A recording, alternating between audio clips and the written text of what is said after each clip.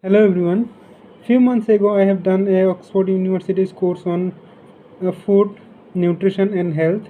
And from that course, I want to share four learnings which I get and I will implement in my life. And I am implementing that things. So I thought that it might be helpful for you too. So let's get started. Number one, highly processed food are generally less healthy.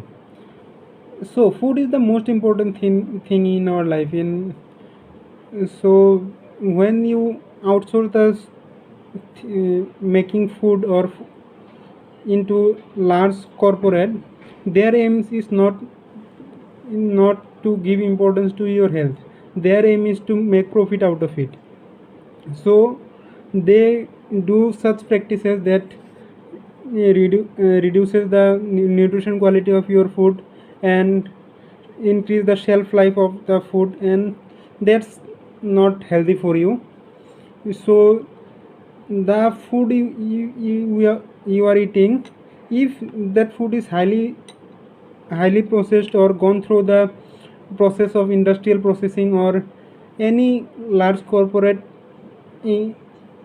involved in this process of making your food, then you need to think that this food is not healthy for me, and you have to consume that food that directly produced prepared in your home or getting from farmer. Where there is no involvement of corporate or industrial practices in your food preparation. And reduce the consumption of sugar is the very unhealthy things, and many people are going into the use diabetic diseases, and very other diseases are occurring due to the consumption of sugar. So you need to reduce the consumption of sugar and reduce the consumption of processed food, and instead of you prepare you need to take some healthy foods. Number two is eat food, not too much, mostly plant.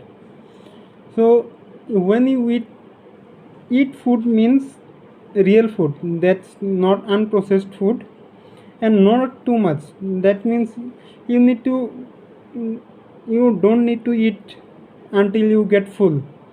So you have to eat up to your 80% or 75% of your capacity of eating.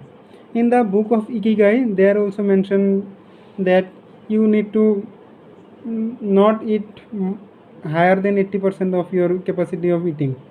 So mostly plant, that means you need to eat the food which are directly coming from plants, that are vegetables, leafy vegetables, fruits.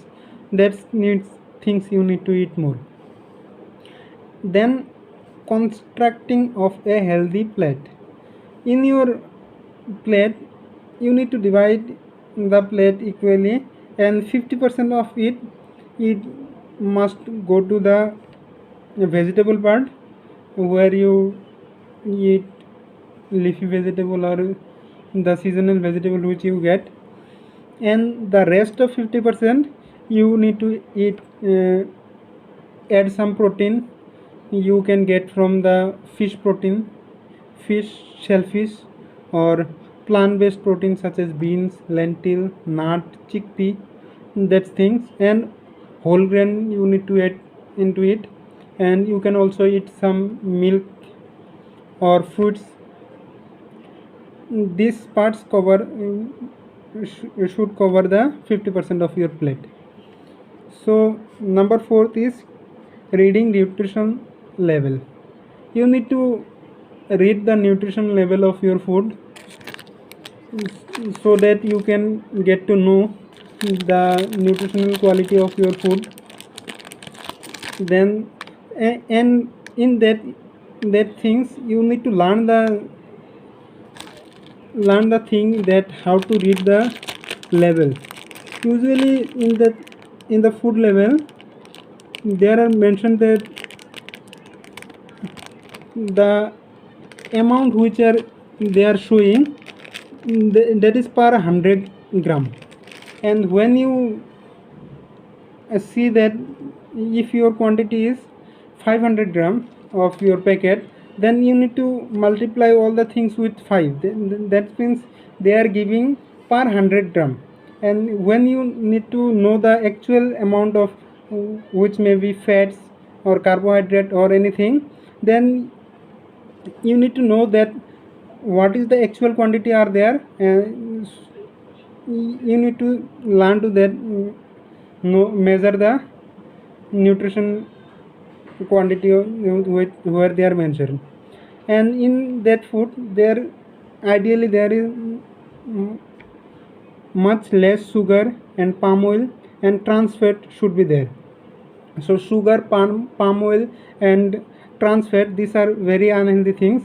So that's the thing. Thank you for watching.